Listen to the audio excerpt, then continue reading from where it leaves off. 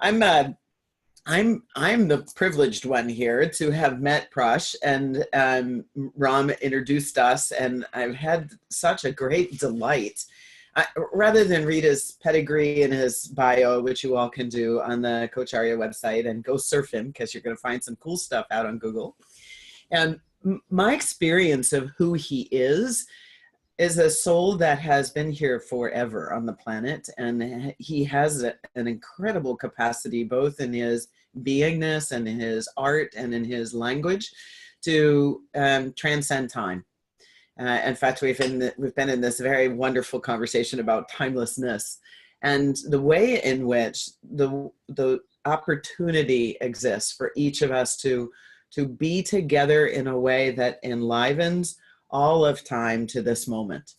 And I'm laying this out as a theme for us because, of course, the subject of today is presence, coaching presence. How do we prepare ourselves to be fully merged and immersed, and at the same time fulfill our responsibility of holding the container or the environment for someone to deeply reflect and identify what's moving in them, that by expression allows an opportunity for transformation to occur. So this is what he does every day, every moment. And what better teacher for us to bring in and have the experience of how you see the world, Prash, and the contribution you make to our evolution of human society. So there you go. Welcome. Wow, thank you, Janet, for a very kind introduction. Hello, everyone. No, it's lovely to be here, and be part of Coacharya. It seems like I was involved right from its nascent stages, but it's lovely to see, a kind of a different audience and to partake with a different audience altogether. So, yeah, thank you. Thank you for having me. Ram was wondering if you might even speak a little bit about the translation that occurs. You have some experience of him and his team that led to the emergence of the logo, and yes, even that design action, right? It is something most people will say, I can't draw a line, therefore I'm not an artist, therefore I'm not creative. It's like one limiting belief after another.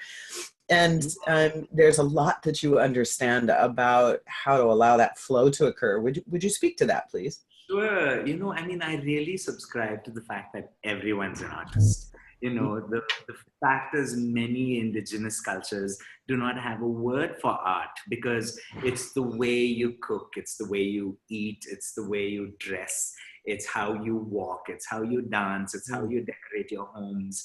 It's a way of life. And I really feel like art is a way of life. It's not just drawing a line or putting a brushstroke on a canvas. It's how you move, and so I feel like that was a part of my life since a very early age. And definitely, Ram was integral around the age of 14. I think he taught me, because Isan, Pranav and I were very good friends, and Ram taught me some meditation techniques at an early age, maybe when I was 14. That made a huge impact on my life. And of course, it's evolved and translated into various other ways, but that somehow has seeped into, this was before I even went to design school. Yeah. And through that, various people had been asking me to design logos and things like that for their school or companies. Even before I would consider myself a designer or an artist, but I would just feel what it was. And with Coacharya, having a conversation with Ram initially when it was just the beginnings, he was talking about, an aspect also of the meetings of East and West and kind of psychoanalysis and things of Eastern philosophies and the merging of these kinds of things which lead to coaching or the Guru Shishya Parampara, the relationship between a teacher and the student in India. And so what came to my mind, I very often just kind of think about it and meditate. And what came to me was a Zen, the circle, the great big circle of life. and the infinity symbol, which is eternity and forever. And once I placed the circle and the infinity, it seemed like it was a guru or a meditating person, or it had the essence of what Coacharya was. And so I immediately kind of put that down and sent it off. And that was kind of the underlying philosophy of how the logo came about. And it was just a blast of kind of, how the even just the physical attributes of the logo fell into place. So yeah, this is just the beginning.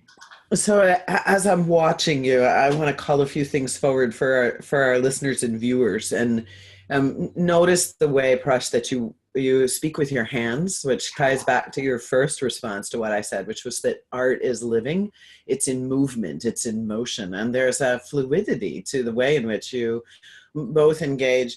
And people will say, I sat in meditation today. Right. So, and I allowed myself to merge into the silence. You actually allow yourself to merge into the flow, right? So whether you call it chi or whatever's one's practice is, that you're in motion, and you're, this might be and cooking and dancing, and all of these can be part of meditation. As much as I've been keeping a sketchbook from for about 30 years now, which kind of chronicles my life. And I've realized my sketchbook is meditation too. Keeping a sketchbook, as much as it's healing, as much as it's been a pain chronicler, as much as it's been a dream journal. I realized that just the act of keeping a journal has also been such a meditative activity. And I can definitely look back at 30 years. I started keeping a diary at the age of 12 after reading the diaries of Anne Frank.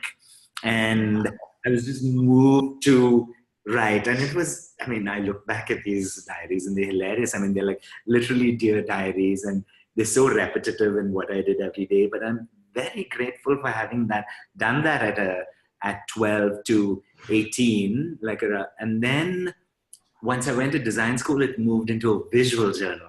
Right. So I kind of juxtapose image and text. They're asking if I can get closer to the microphone. Can you hear me? I hope this is better.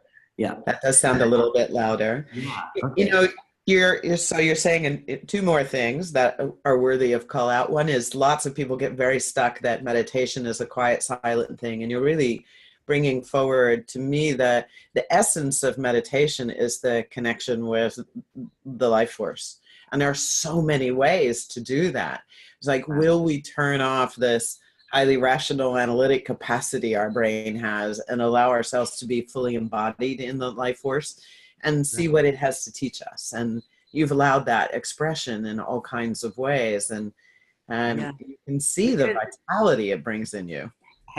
It is ever evolving, I feel like, for me, I can only talk about, because by practicing whatever it is, even if you want to sit at a place and breathe or draw or cook or dance, whatever, I think the act of doing it and the more you do it, lets it automatically evolve into, and then you realize, wow, yeah, it is doing something for me while I cook or draw or eat or sit and breathe, but being aware of it really helps. But I love the fact that it's always evolving, and understanding that it's not just this particular way that works, it's constantly growing. So how do you trust what emerges for you and allow it to be expressed, right? There's a discerning that you possess. And at some point you make a choice that something is the beauty you're wanting to bring forward. What do you know about that internal choosing process? I think, Janet, I've also questioned whether this is actually working, because I think that's very important too, because I felt like I got into consciously meditating, a ritual of meditating morning and night.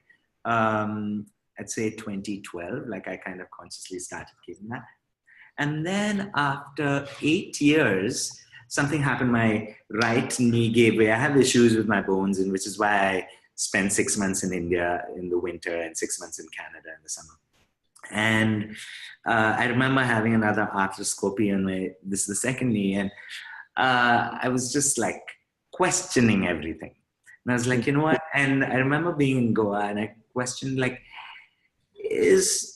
I sit, I have a kind of a routine that I do in the morning, whereas at night it's way more of an exploration.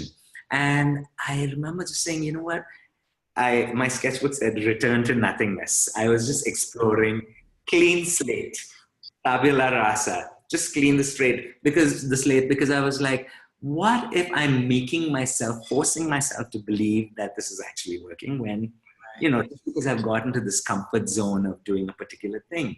And by taking that clean slate, by returning to nothingness, it made me realize that, wow, no, after 8 years, and this was a while ago, it has made me a more hopeful person, a more peaceful person, because I was terribly angst-ridden and a mess. I may have had a peaceful countenance. My name means peace, but I was a mess inside when I was, in my college days and even after that. And then, so it had made me definitely more peaceful and in the process, a happier person. I could feel that. And I truly believe that it is a practice, much like drawing is or cooking is or gardening or whatever.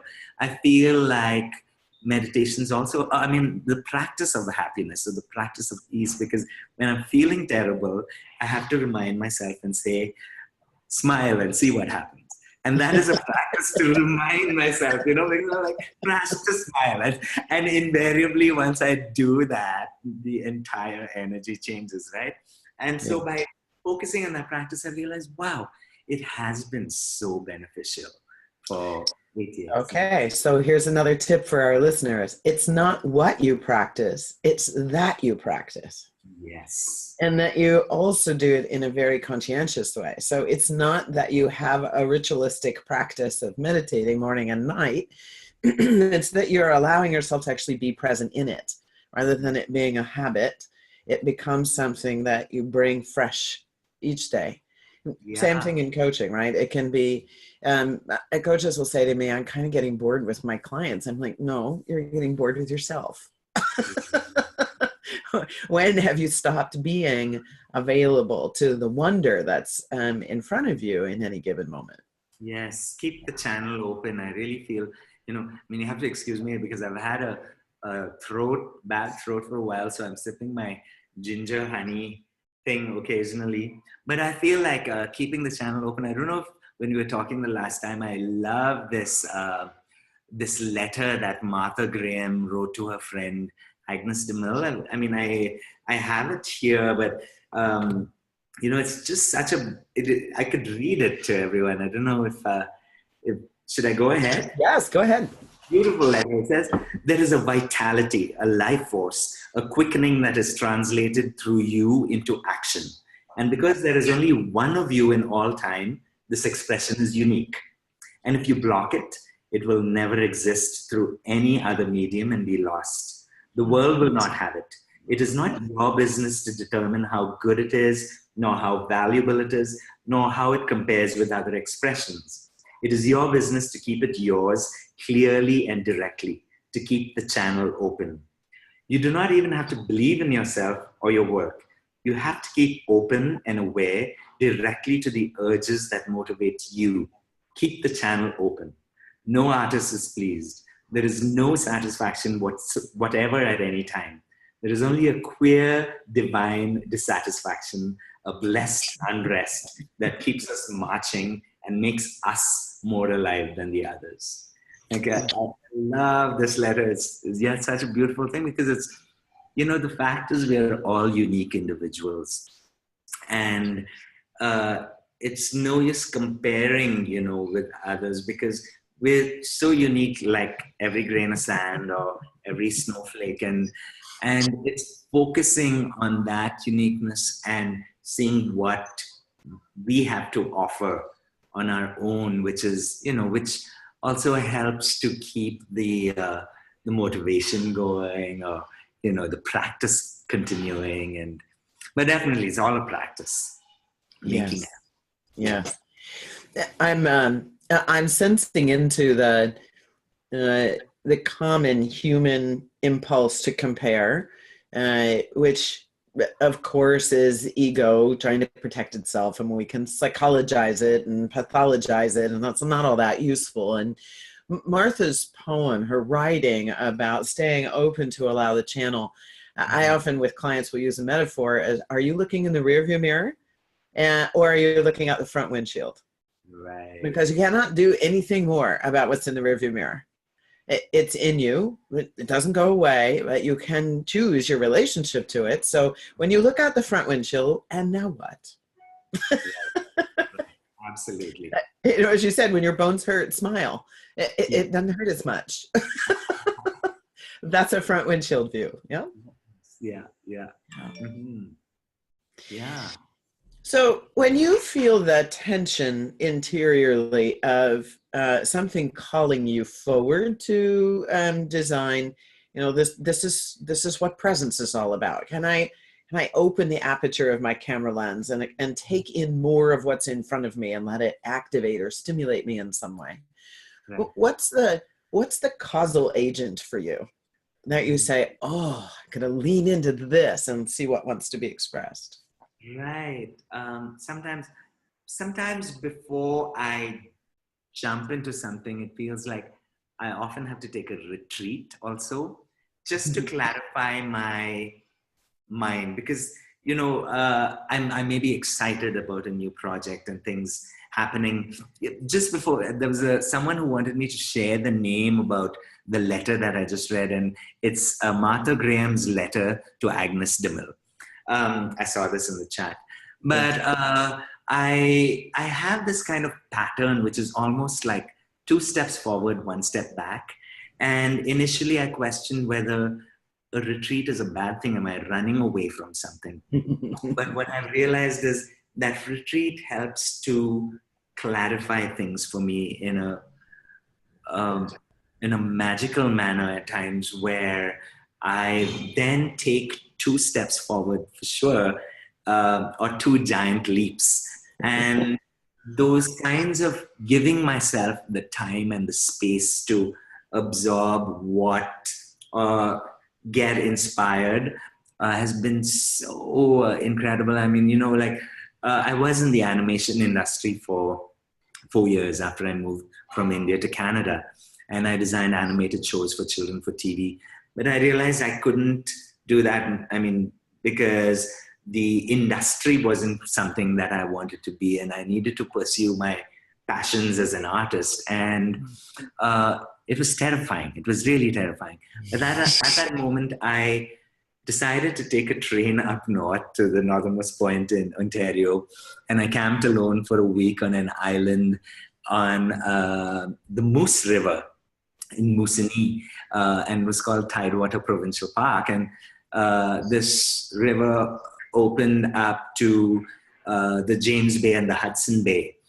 And during the course of the week, I was pretty much alone on that island. And on the 4th day, I saw the Northern Lights for the first time. And that was the day I also encountered the Moose Cree people, the indigenous people. Right. They happened to be coming by a boat, and they stopped and said hello. They came up to my campsite, took me for a boat ride, showed me their cabin, and, smoking tents, and it was so lovely. And what they said was, when you see the Northern Lights, there's a myth that if you whistle to it, it'll come closer to you. And sure enough, after they left at sunset, I had a very powerful experience there where I got my fire going, and then suddenly there were fierce winds, and I looked up and black clouds were approaching. My fire was spiraling out of proportion, and it started to pour. And I didn't have the heart to just put out the fire, climb into my tent. So I sat under the pine tree with moss at the bottom and began to meditate, because this was a time where I didn't have a cell phone. I was far away. There was no connection. My family and friends under the tree. And the tree was a perfect spiraling umbrella. which kept me dry. And when I opened my eyes finally, I don't know how long that was, I stretched and I looked out at the river, and there were stars, shooting stars, and the northern lights. And I freaked. And that was when at one point I whistled, and it was a spiral above my head. And I was like, okay, I'm ready to go to bed now.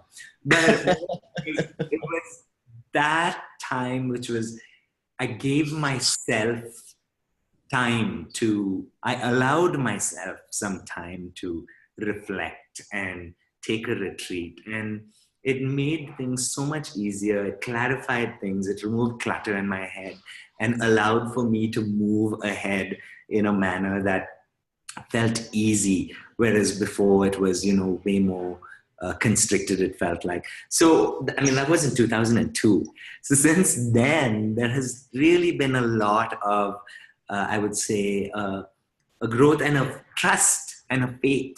Because every time I feel like, oh my gosh, how am I going to, pay my mortgage, or how am I going to make this journey back to India when it's starting to get cold? And I was like, you know what? It's worked out all these years, and why wouldn't it not work out now? And sure enough, having that faith and trusting the universe for things to happen has made things happen. It's such a classic tension you're talking about, right? All of us in every professional field think that when we're down in the weeds and we're not attending to our own physical, emotional, mental, spiritual vitality, that pushing harder, willing our way through something will yield the best results, when in fact, it's the opposite. It's that ability to notice in the moment, boy, are we attached? And go to what Brahm calls the mindlessness. I can't say that word, mindlessness. There we go. And so you see the wonder, the spontaneity that life presents to us because we slowed down enough to see it. Yes. And then you allowed yourself to be restored by taking the risk to simply be with it, right? Sitting under the tree rather than getting in your tent because you're worried about getting wet. And then the magic happens, and it happens in the slowing down, which is the same thing we do as coaches, right? We help a client hit the pause button on their day-to-day life.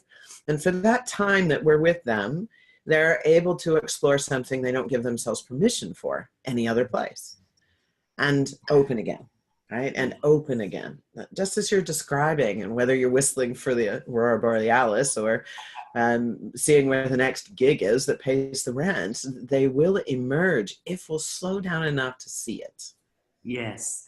And also this touches upon something we had discussed earlier, where the self and the relationship of the self with the immediate society and with the greater workings of the universe. Because I also realized, at times I have to be selfish in order to be selfless. Yes. Myself first in order to be helpful in a way, because it's no use me trying to help someone who's not receiving it also, because it's so necessary to be there at the right time when there's a receiving and giving that's happening. So, and I realize, sometimes I'm not capable of giving simply because I haven't given the time for myself to take care of myself, whatever, energetically, physically, mentally, in all these ways. And so that's important for sure. So I'm wondering about the idea of reciprocity and how you see that show up in your work. Wow, yeah. It's been huge because, as I mentioned, like, diving off the deep end to live off of my art was terrifying, was so crazy. But I realized, I think after 10 years of me doing it, from 2004 to 2014, I kind of put my blinkers on and I focused on my work, and I would put it out there. And by sharing, it didn't mean like just giving your art, but it was also, I have sketchbooks and my writings and my introspective moments and reflections and drawings. And I realized it's no use me keeping these under my bed or no one can see them, right? So 2006, I started a blog and put up pages of my sketchbooks, and my doodles, and my drawings, and my ramblings, whatever, the madness in my head. And not having feedback. At that time, there wasn't like Google Analytics, or when it first started, like I wouldn't know what kind of, you're not getting immediate feedback, right? But I realized it was sharing the work with a wider audience. Mm-hmm. And inevitably, things would come back. Like, I would volunteer. I volunteered for a literacy organization called World Literacy Canada, or at a homeless shelter in downtown Toronto. And then the literacy organization was based in Toronto, and they had an office in India, in Varanasi, where they would do literacy programs for women and children on the grassroots level in villages surrounding Varanasi. And they would raise money in Canada for literacy programs in India. And so I started volunteering by doing posters, artworks, whatever they needed for their fundraising events. And before you knew it, they were like, Prash, they asked me, Prash, do you want to go to volunteer at a place in Varanasi? I mean, we'll fly you there. I mean, take care of your stay. And so, like the acts of kindness and generosity and things that I actually needed. I needed to get away for the winter, and it happened for 3 months the first time. And then I got a youth internship to go for 6 months. And over the course, I would say, after 10 years, I realized there was such a audience, and I was getting feedback where when I was in Canada, I was doing work for people in India. While I was in India, I was doing work for Canada and everywhere else. Like right now, I'm illustrating these Sufi children's books by Sufi author for clients in London. And so suddenly it just kind of opened up things globally, where there was a global audience and people were asking me to do work. And it was by, I would say, giving and sharing my work, not knowing what was coming back, but things would come back in magnificent ways, in so much abundance that, I'm so grateful. I feel really fortunate, really lucky, really blessed to be doing what I love to do. So, yeah. And so you put your life force out there, your love force, we might say, into the field, and that energy reflected back to you and invited you again. And so you contribute again, and we can see the infinity symbol moving here, right? So that's that principle of reciprocity. And yet you've brought something back from earlier in our conversation around faith and trust. And I noticed this in our field, that many practitioners have crisis is too strong a word, but we have a moment when we think to ourselves, are we really making any difference? Are we really contributing in some way that's meaningful? Or perhaps feeling those moments in the flow when we're supposed to be standing still, but we keep trying to push it, and right. Nobody's saying yes to us. So those are moments to get present with ourselves and say, where am I not in flow? How do I put myself into flow? And I wonder, when you've had doubt, when you've been in a place where you couldn't tap your own trust, what were your ways to get back into your own chi? Right. Oh yeah. This happens. Of course, this happens, and it happens to everyone. And but I think one of the things I say every day, it's a prayer, the simple prayer, which I love, and in my morning's meditation, which is, make me an instrument of your peace. Where there is hatred, let me bring love. Where there is injury, pardon. Where there is doubt, faith. Where there is darkness, light. Where there is despair, hope. Where there is sorrow, joy. So these are the things, and we're talking about these dichotomies, and how do you maintain the balance between it? And, but the one thing is focusing on the positive aspect of it rather than dwelling in the negative. So, where there is darkness, let me bring light. Where there is injury, pardon. Where there is doubt, faith. And, these are things I think it's become a necessary aspect to remind myself.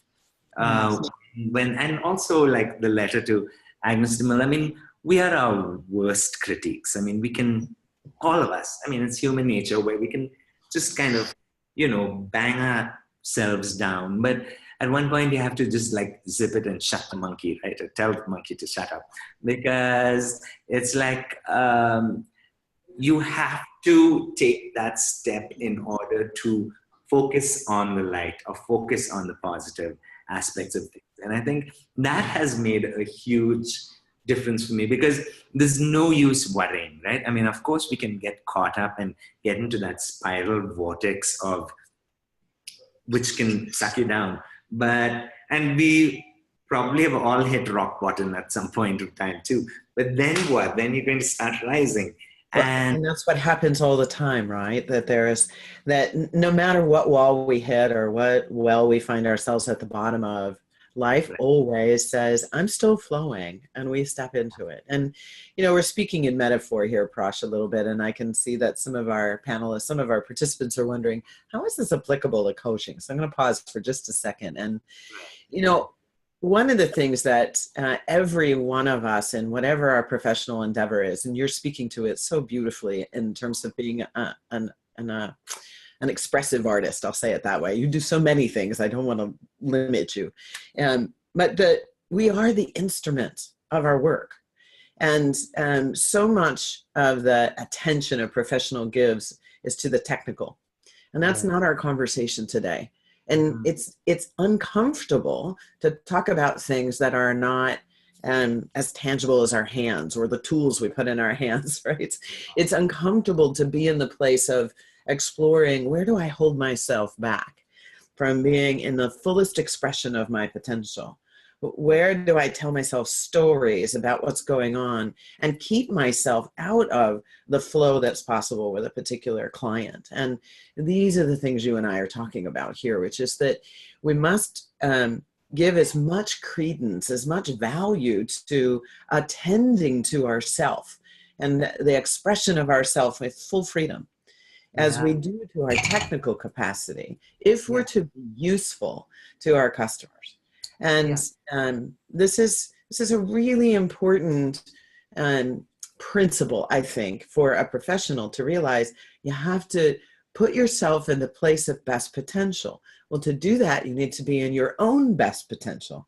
And that's what we're talking about. Absolutely. Because for me, very often I get clients asking me to do an illustration or a book cover in some kind of a realistic manner. And I'm like, you're approaching me, because I don't know who you are. So clearly you've seen my work, and none of my work is realistic.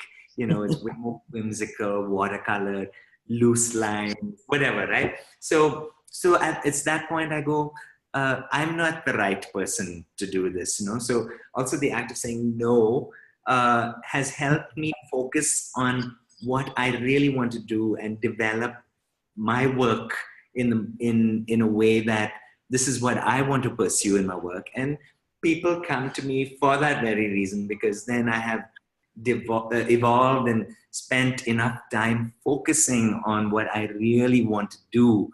And this is what, the children's book that I illustrate or the murals that I paint are of a particular style. And I'm not replicating, I'm not trying to replicate someone else's. It's giving myself an opportunity to focus and to say no to things that I know I won't do justice to, right? I wouldn't be able to, simply because I'm not capable. I'm not that, great in doing a fabulous photorealistic painting. No, I'm way more whimsical. So knowing that and knowing how to deal with a client in that manner, and by saying no, I wouldn't be the right person, whereas I feel another illustrator would do more justice to the text that's been written for this book, or, I'm just giving examples, would help them understand. And then they reply and say, yes, you're absolutely right. They understand that and it's not about the money. It's not, because I could probably do the job just for money, but it's not going to give me the satisfaction that doing something that I would actually enjoy. That's the outside in rather than the inside out. And you're also speaking to this. Actually, when I'm teaching ethics with coaches, we talk quite a bit about what are your criteria for saying yes and for saying no.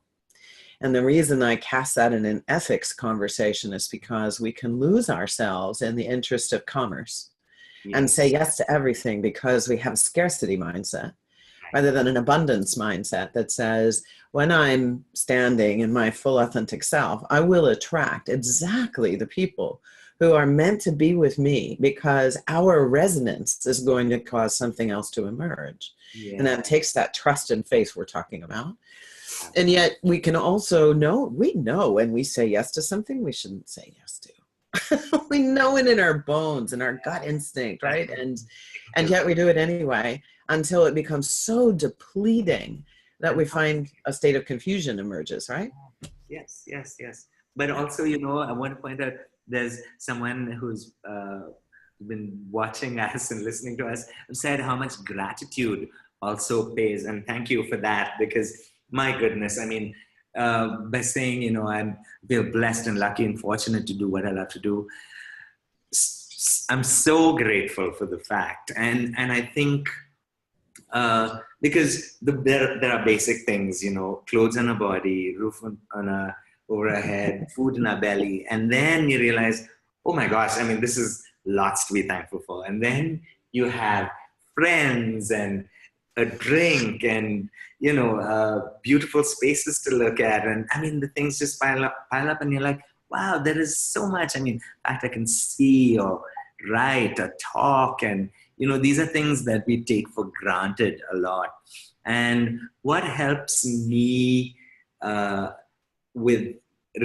myself when I take things for granted, travel has been very good, because it puts things in objectivity at times, because it removes myself from a comfortable position, puts me somewhere so I can reflect on what I've just seen, and then again vice versa. And I feel that that really helps with that, and just being grateful for what's going on. So the broadening of one's perspective, so useful. And there's wonderful Eastern teachings about attachment and the impact of attachment. And it strikes me that you're working in the world of whimsy and wonder, and how we have undervalued that. And yet what people find so compelling about your work is how it transports them to an experience in a moment of their lives that they didn't think was available. And again, I think this is the parallel to coaching, that clients get really, what's the word I'm looking for? Almost adamant that this is my life and this is how it's going to be, and I'm going to plan out every step of it. And they lose the beauty of spontaneity. Yeah.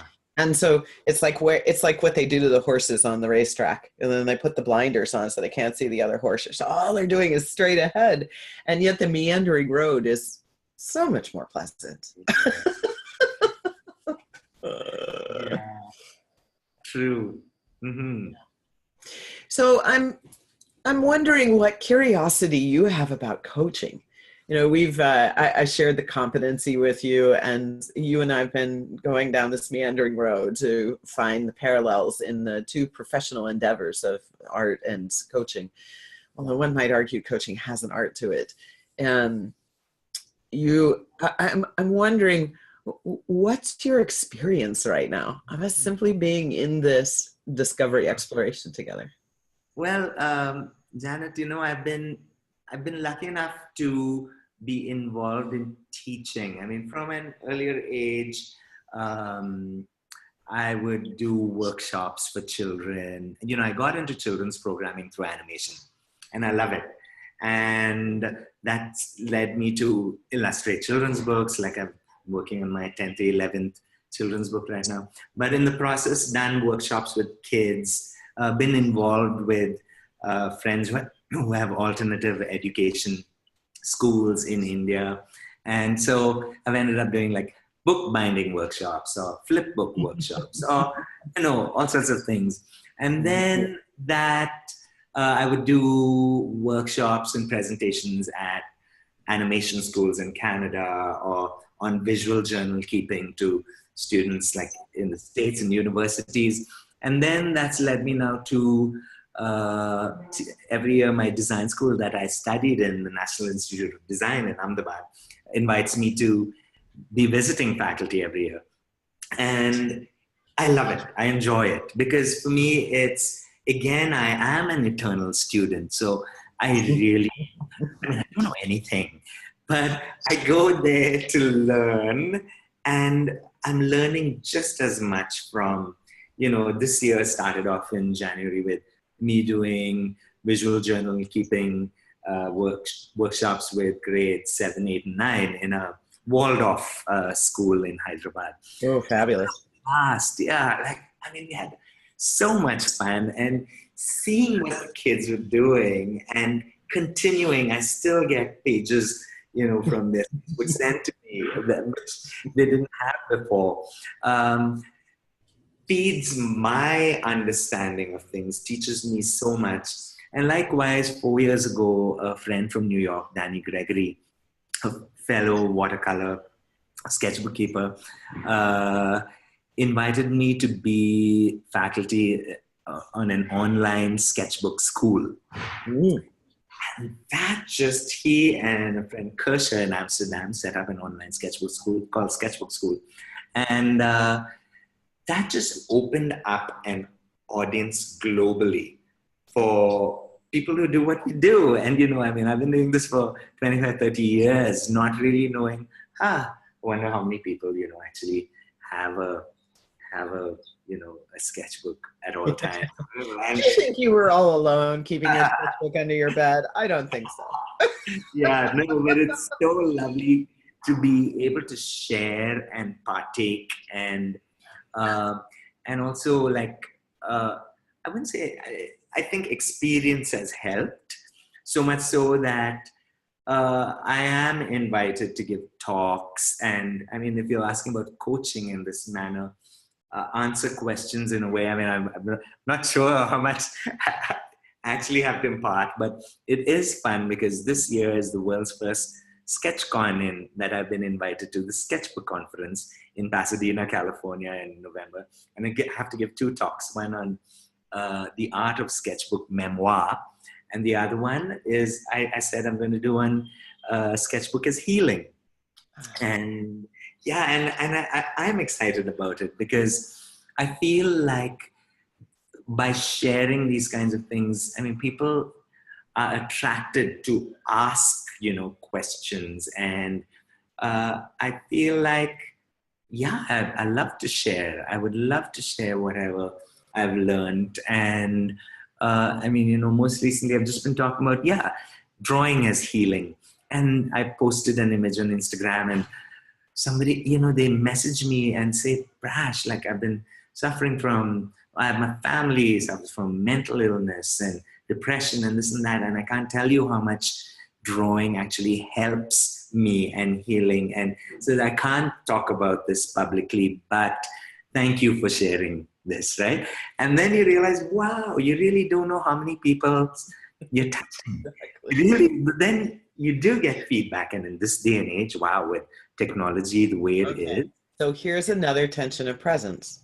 Yeah. We never know who we're impacting. And we can get so caught up in our own sense of, oh, well, nobody will care about this. Everybody's already done this idea.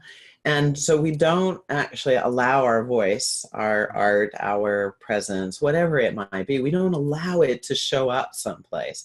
And we're missing the opportunity to have a profound impact in someone's life, and we may never know it. So stop being attached to whether or not we're making a difference. We are by being a human being. And our own unique individual selves. Yes. We have our own voice, and that voice, irrespective of who you are, has to come out. It has to be shared. It has to be released. And as Martha Graham says, It's not you to criticize it and say whether that's good or bad or how valuable it is or whether we can make a difference to others. No, you don't know. We don't know what an impact it's going to have. And it's really important to put it out there. Put it out there. There it is. So in a coaching interaction, right, one of the things that is the most artful competence of a coach in presence is trusting, not knowing. Yes. Not knowing where the conversation is going, not knowing what's inside the client, not knowing what's inside of us as the practitioner, allowing the field that we're co-creating with that client to be pregnant with something that is a new, originated, unknown, and only belongs in that moment and only accessible because we've fully allowed ourselves to merge into the flow of that. Absolutely. That's why I enjoy teaching so much. I mean, because I walk into class and I'm like, I don't know. And then I go, okay, start scribbling. I start scribbling on the board, and then things emerge. And I'm like, you know what? Too tight today. I mean, it's amazing how things just come out from. Okay, true confessions, Prash. I have to ask you a question. Yeah. When in your career did you stop preparing to deliver a class? Oh. You're busted. I know you did it. Because I still feel like I need to prepare, but there's times when I'm like, I'm yeah, exactly. I don't know. I really don't know. But I've begun to be a little bit more trusting of the fact that I need to be open to see and the fact is, acknowledge that I don't know anything. When, I can walk in the class and I say, I'm sorry guys, I don't know. I don't know the answers to the questions you're asking or what we're actually doing, but have fun in the process. We may as well have fun. And oh my gosh, that's just it opens up so much, because so that's been more recent in me kind of trusting the fact that, wow, because clearly I don't know. I mean, I know that I don't know, and that helps. So that's really the staging, right? So we're still in this trust theme here that we're talking about. How do we have self-trust, which allows us to trust a partnership or any environment where we're with another? How do we trust that what will emerge will serve? And I think that there's this place of expectation. Maybe that's the right word. That because we're in such a maybe a well-regarded, well-renowned artist that you are, people have an expectation that that's something they're going to get from you. I find this all the time in my coaching practice. I get referred in to work with a new client and they're going to get something because I've had previous experience. When really all the previous experience does is give me self-trust to show up, to be here in this moment, because this will be unique with this client. And it's the same in the course room, right? So while I have technique and I can trust that, I don't do a lot of preparing, because what will be most meaningful for this audience will be, who are they? What's brought them here? What is it they're seeking? What is it they want to tap inside themselves? How will we create an experience for them that will bring that to life? That has to come from in them. Nobody can make us do anything if we haven't found their own internal motivation.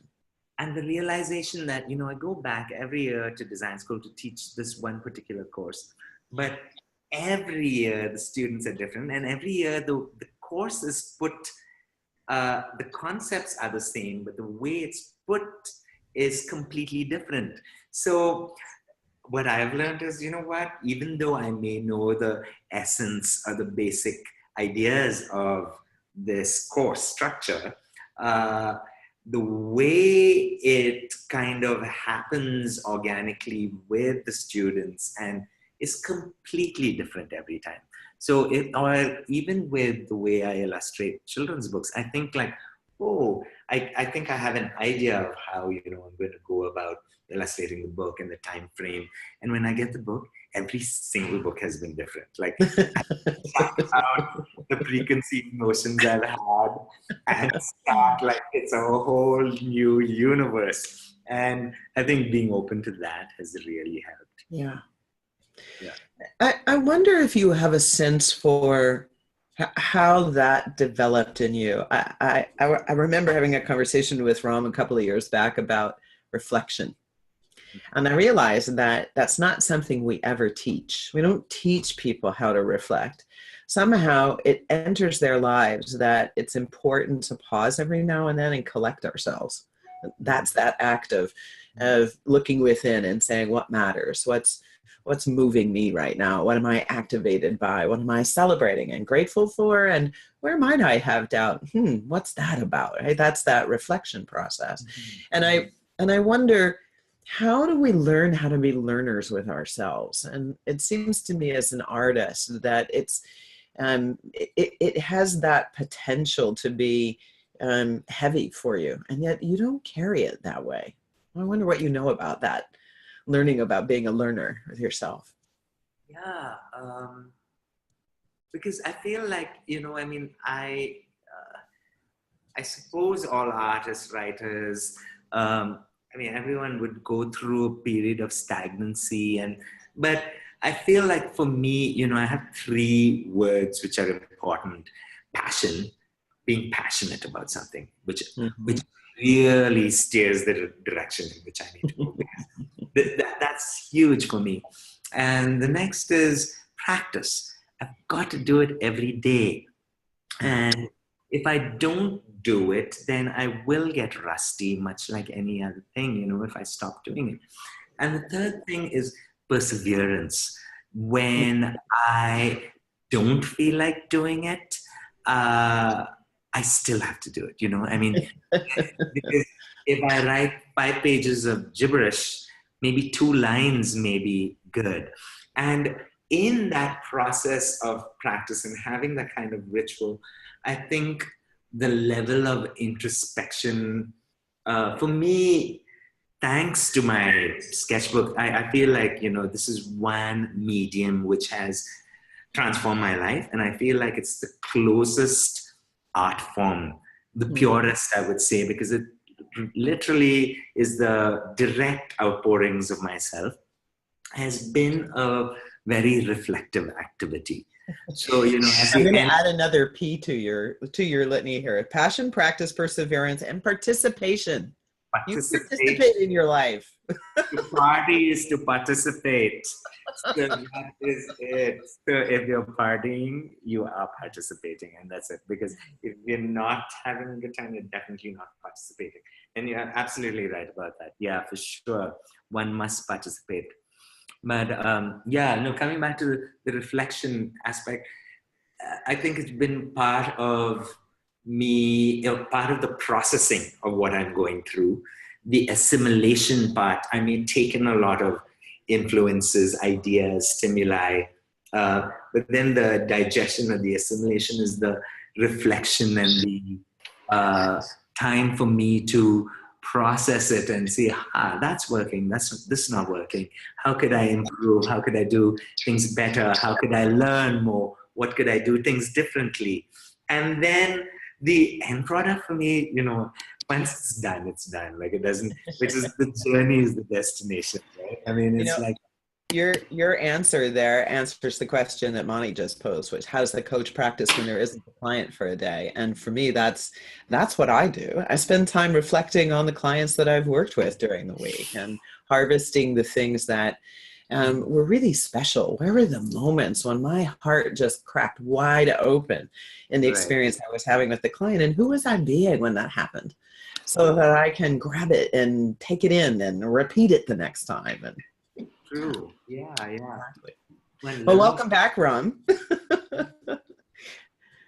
Hello. Oh, he looks a little frozen, doesn't he? Yeah.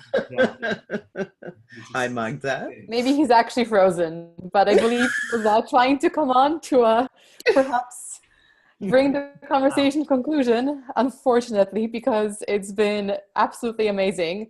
I can just, even through the comments, I can feel everyone's smiles on their faces. Good. Just watching the two of you engage. It's been very uplifting and inspirational, I must say. It's gone by really quickly, as you did say. We we can do part 2 whenever the two of you are keen to do it. Maybe different locations in the world next time. Exactly. Yeah. I want to come to Goa. Although maybe I'll see you in Powell River this summer. We're headed up to Cortez in August, so let me know. Awesome. Yeah, I should be there September. Yeah, amazing. Definitely. Well, Ram is frozen. Any closing words from either of you before we finish up? Well, thank you. I'm seeing a lot of thank yous from people here. And I must say it's been absolute joy. Thank you, Janet. Thank you, Magda, everyone for facilitating this. And thank you to everyone who's been participating. It's been lovely. Yeah, been fantastic. Yeah. Yeah, my heart is very, very filled. Thank you so much. Oh, that's wonderful. And Magda for hosting, and Prash, your joy in the world is so contagious and igniting. And I sleep better at night knowing you're in the world, bringing your gifts forward. So thanks for the privilege to be with you today. Lovely, yeah. Yeah, big thumbs up to that one. I agree. I think when I post the recording of this particular session, I will copy and paste the chat as well, because it has been the most optimistic chat filled with some great links for additional exploration and reflection for everyone. I'd be able to go through the chat too, yeah, because I didn't have time to look at everything. Yeah, Prash, I will send you a transcript, so in case you want to address anything else via recorded video or in a blog post or something, we're very happy to post additional thoughts from you or from Janet on the blog post next week when we get the recording out. But in the meantime, to those of you who are still around, do please scroll up or just look for Prash on Instagram.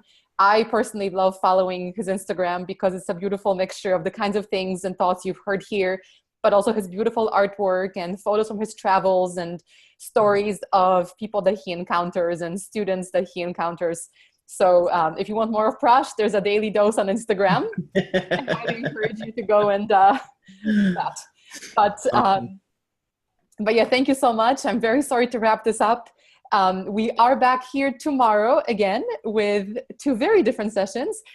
We have Marshall Goldsmith, who will be speaking at 9 a.m. Eastern, and Caitlin Ryman, who will be speaking about change at 10:15 Eastern time. So the schedule, as always, is on our website, and we hope to see all of you there, plus a few friends. Thank you so much for today. It was really a joy. Fabulous. Bye, everybody. Have a great day, everyone. Have a great rest of your day. Bye. Be well.